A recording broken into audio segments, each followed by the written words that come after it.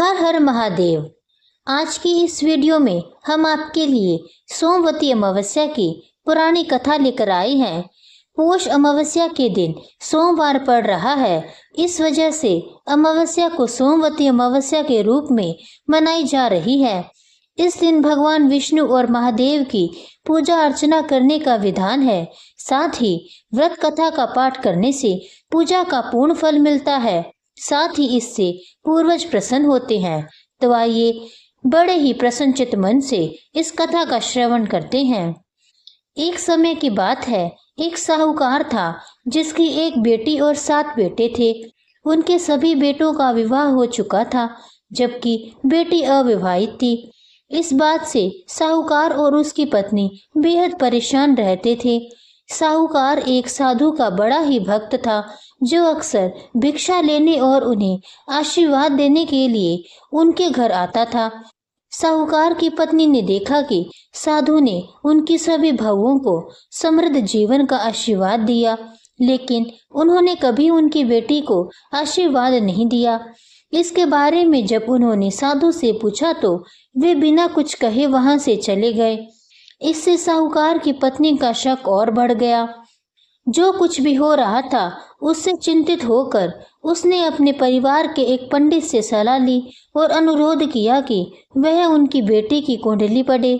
जब पंडित ने कुंडली पढ़ी तो उन्होंने बताया कि अगर उसकी बेटी का विवाह हुआ तो उसे अपना शेष जीवन विधवा के रूप में बिताना पड़ेगा। हालांकि पंडित ने कहा कि अगर उसकी बेटी द्वीप पर रहने वाली एक विशेष धोबिन से सिंदूर ले ले और उसके बाद सोमवती अमावस्या का व्रत रखे तो इससे उसका भाग्य बदल सकता है। साहूकार की बेटी अपने एक भाई के साथ समुद्र तट की ओर चल पड़ी और समुद्र पार करने के तरीकों की तलाश करने लगी। उस दौरान उसने देखा कि वहां एक गिद्ध का घोंसला था, जहां पर कुछ गिद्ध रह रहे थे और एक सांप पेड़ पर चढ़ गया और मादा गिद्ध द्वारा दिए गए अंडे सभी को खा गया, जबकि अन्य गिद्ध भोजन की तलाश में गए थे। सांप के इस नियमित व्यवहार से गिद्ध का परिवार तबाह हो गया था। इसके बाद लड़की ने खतरे को देखा और सांप को मार डाला और गिद्धों को उस परेशानी से मुक्त कर दिया। इससे गिद्ध बहुत खुश हुए और समुद्र पार करने और द्वीप पर पहुंचने में उसकी सहायता की। जब साहूकार की बेटी आई तो उसने छिपकर धोबिन की सेवा की, जिससे धोबिन बहुत प्रसन्न हुई। एक बार जब धोबिन को उसके अच्छे काम के बारे में पता चला तो उसने उसे आशीर्वाद दिया, साथ ही अपने हाथों से सिंदूर देकर उसकी खुशहाली की कामना की और भविष्य में उसके सुखमय और समृद्ध विवाह का आश्वासन दिया। इसके बाद साहूकार की बेटी ने सोमवती अमावस्या का व्रत किया और विवाह करके सुखी जीवन व्यतीत किया।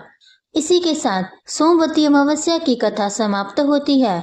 अगर आपको आज की यह वीडियो पसंद आई हो तो कमेंट्स में जय भोलेनाथ की ज़रूर लिखें और मेरे चैनल को सब्सक्राइब ज़रूर कीजिएगा।